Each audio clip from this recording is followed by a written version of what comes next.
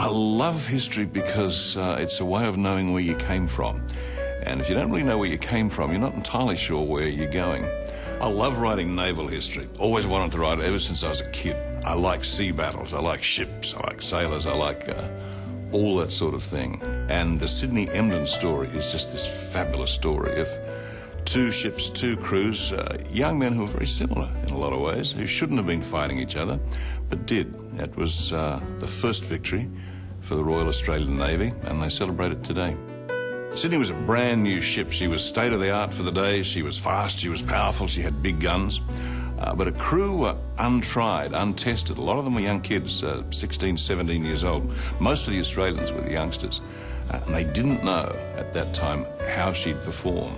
But when it came to the battle, they behaved magnificently.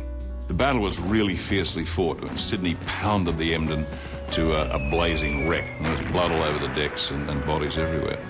But it was conducted with chivalry as well, and humanity and decency, because as soon as it was over, they cared for the dead and the wounded with great skill. It was the people involved in that battle that make it such a gripping story. There's been a lot of stuff written about Sydney and the Emden, a lot of it by the British, most of it by the Germans, who celebrate the battle as well, even though they were defeated. But very little's been written from an Australian point of view, which is strange. And I thought, wow, there's an opportunity, so I dived right in and did it. For more about this epic World War I battle, read Mike Carlton's new book, First Victory, available to pick up or download.